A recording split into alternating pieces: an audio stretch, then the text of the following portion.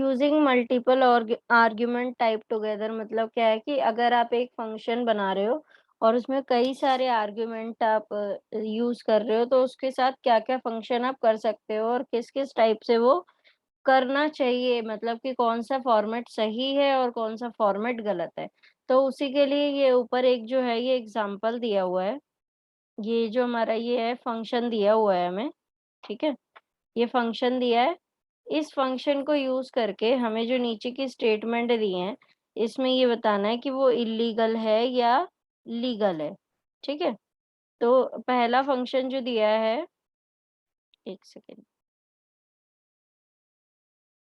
पहला फंक्शन दिया हुआ है interest print is equals to 3000। वैसे ऊपर दिख रहा है कि हमें रिटर्न क्या कर रहा है वो, principal into rate, time into rate, मतलब एक सिंपल इंटरेस्ट निकाल के बता रहा है वो इस प्रोग्राम से। उसमें जो टाइम है वो 2 और रेट जो है वो 0.09 फिक्स किया हुआ है। लेकिन अगर आगे जाके कोई और वैल्यू मिल जाती है तो वो उसको रिप्लेस कर देगा।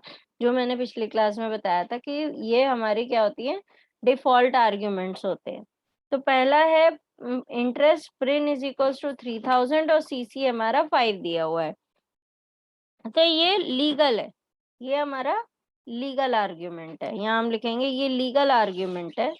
और ये लीगल आर्ग्यूमेंट क्यों है? ये लीगल आर्ग्यूमेंट इसलिए क्योंकि इसने सिर्फ जो डिफ़ॉल्ट वैल्यूज़ थी, उसको चेंज कर दिया। नहीं, इसमें कोई डिफ़ॉल्ट वैल्यू नहीं है। हाँ, हाँ, इसी में कोई वैल्यू नहीं दे रखी थी, ना प्रिंट में कोई वैल्यू दी थी। तो कोई भी डिफ़ॉल्ट वैल्यू नहीं थी, हमने सिर्फ क्या किया है, जो हमारे आर्ग्यूमेंट हमने पास कर रखे हैं, उनको वैल्यू प्रोवाइड करी। तो इसका रीज़न ये है, non default values provided as named argument. ठीक है? मैं यहाँ रीज़न लिख रही हूँ, नॉन डिफ़ॉल्ट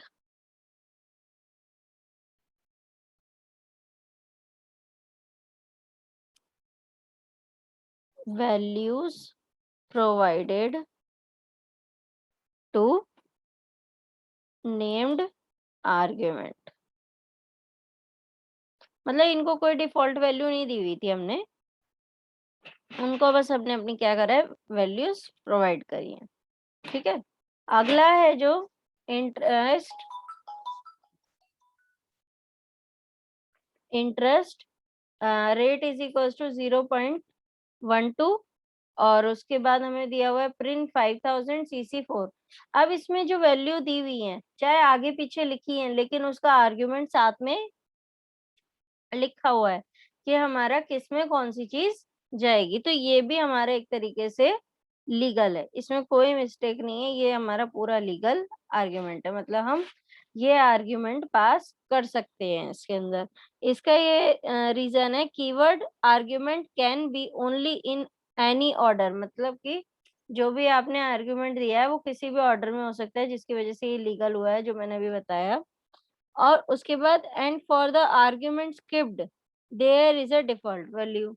और जो भी इसमें आर्ग्यूमेंट हमारा स्किप हुआ है, जैसे टाइम हमारा स्किप हुआ है, टाइम नहीं दिया हमने, इसके अंदर सीसी दे दिया हमने, प्रिंट दे दिया, रेट दे दिया, लेकिन टाइम को कोई वैल्यू नहीं दी है, तो इसका मतलब ये नहीं है कि उसमें कोई वैल्यू नहीं जाएगी, उसमें एक डिफ़ॉल्ट वैल्यू पहले से दी गई है, तो वो उस वैल्यू को यूज़ कर लेगा और आगे फंक्शन करा देगा। तो इसका लिख रही हूँ reason,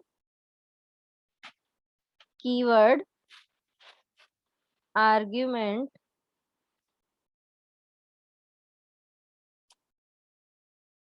can be used in any order and for the argument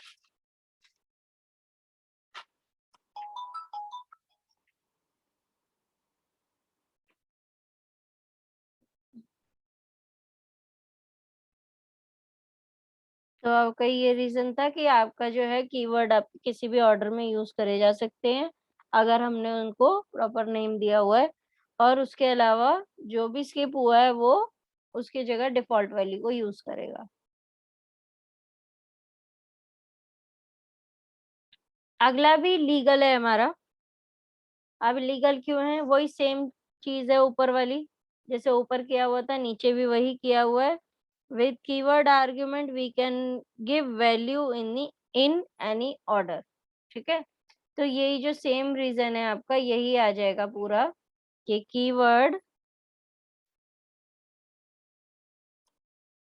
can be used in any order, ठीक है, किसी भी ऑर्डर में यूज करे जा सकते हैं। तो ये भी हमारा लीगल है। दोनों मतलब रीजन दोनों में सेम ही है, तो मैंने पूरा नहीं लिखा, शॉर्ट में लिख दिया है इसको।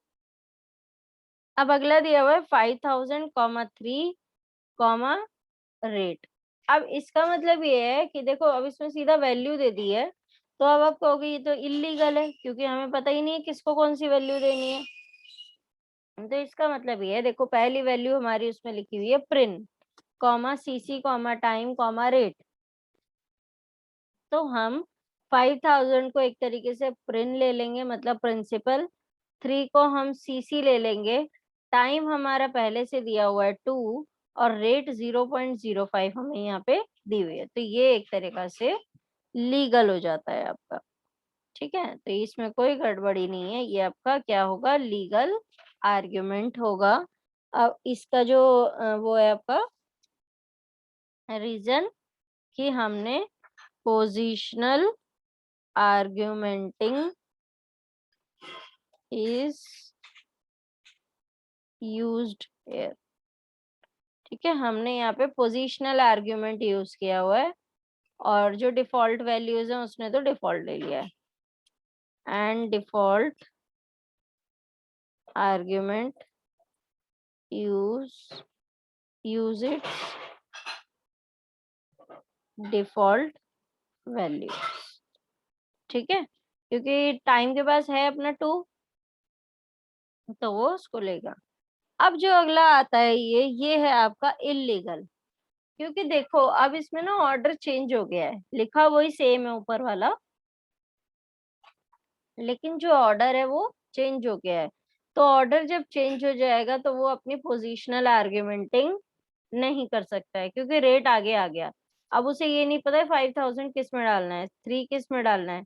तो इस वजह से ये क्या हो गया, इलीगल। एक तो इलीगल हो गया, और दूसरा रीजन क्या हो गया, पोजीशनल आर्ग्यूमेंटिंग नॉट फॉलोड, ठीक है, पोजीशनल आर्ग्यूमेंटिंग नॉट फॉलो, मतलब उसने पोजीशनल आर्ग्यूमेंटिंग को फॉलो नहीं किया, इस वजह से वो क्या हुआ, इलीगल हो जाता है, ठीक है। और एक रीजन और है इसका, keyword argument before positional argument,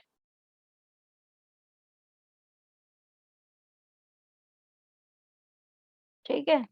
जो दूसरा रीजन ये है कि जो कीवर्ड आर्ग्यूमेंट है वो पहले यूज कर लिया गया, किससे, पोजीशनल आर्ग्यूमेंट से, मतलब कि जो हमारा रेट है, रेट जो पहले से दिया हुआ है उसको यूज किया है। अब अगला दे रखा है, अगले में भी यही सेम चीज आ रही है आपकी, कि जो ये है 5000 कॉमा, मतलब सेम तो है बट थोड़ा सा इसमें डिफरेंस है ये, कि देखो 5000 कॉमा प्रिंट 3000 दे रखा है तुमने, ठीक है। तो अब 5000 किस में जाएगा, तो क्या हो गया, मल्टीपल वैल्यू इसमें असाइन कर दी गई एक ही आर्ग्यूमेंट को, क्योंकि देखो 5000 प्रिंट के अंदर चला जाएगा, फिर कॉमा करके प्रिंट 300 दे रखा है, तो दो दो वैल्यू तो नहीं यूज करेंगे हम इसके अंदर। तो इस वजह से ये क्या हो जाता है, इलीगल। इस वजह से ये हमारा फंक्शन क्या हो जाता है, इलीगल हो जाता है, और इसका रीजन ये है, multiple values provided for principal.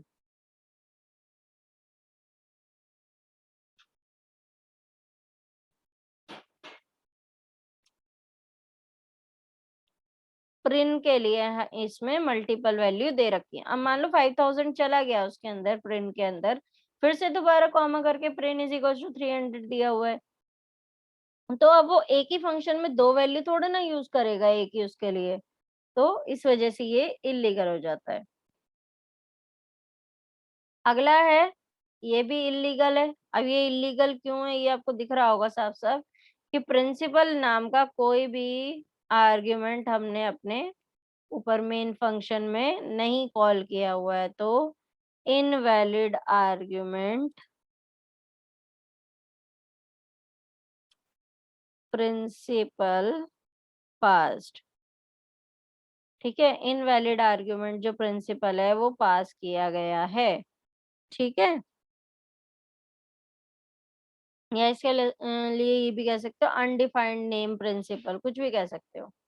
तो मैंने ये शॉर्ट में लिख दिया आपका। अच्छा, एक छोटी सी गलती हो गई है इसमें, मैं इसको ठीक कर देती हूँ, ये ब्रैकेट की।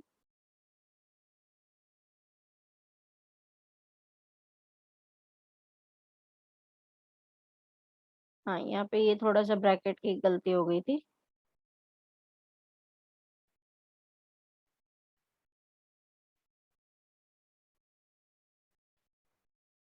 अब ठीक है, लास्ट है अपना ये 500 कॉमा टाइम 2 दे दिया, रेट 0.05 दे दी। तो अब सीसी में ना तो कोई डिफॉल्ट वैल्यू है, ना ही कोई इनपुट वैल्यू है जो कि हमने इसमें फंक्शन में दी हो, तो इस वजह से ये इलीगल हो जाता है। और इसमें हम क्या लिखेंगे रीजन में, a required argument CC is missing. Required argument CC is missing.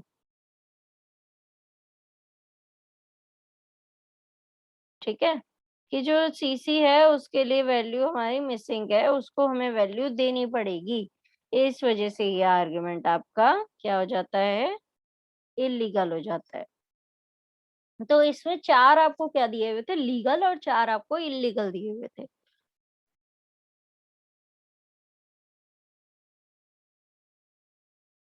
और इसका जो रीजन आपको दिए हुए हैं वो सारे बहुत बेसिक बेसिक रीजन है। जब आप अपना फंक्शन देखोगे तो आपको ये होता है कि इसमें ये चार्ट करवाने से क्या मतलब है इलीगल और लीगल से, आपको ये समझ में आ जाता है कि आप अगर एक फंक्शन बना रहे हो तो उस फंक्शन को बनाने के लिए आप कैसे कैसे आर्ग्यूमेंट पास कर सकते हो, कैसे वैल्यूज उसको दे सकते हो, कौन सा फॉर्मेट वैलिड है और कौन सा फॉर्मेट इनवैलिड है। तो ये टेबल आपका यही हेल्प करेगा कि आप मल्टीपल आर्ग्यूमेंट्स को एक साथ कैसे प्रोवाइड करा सकते हो। ठीक है, ओके।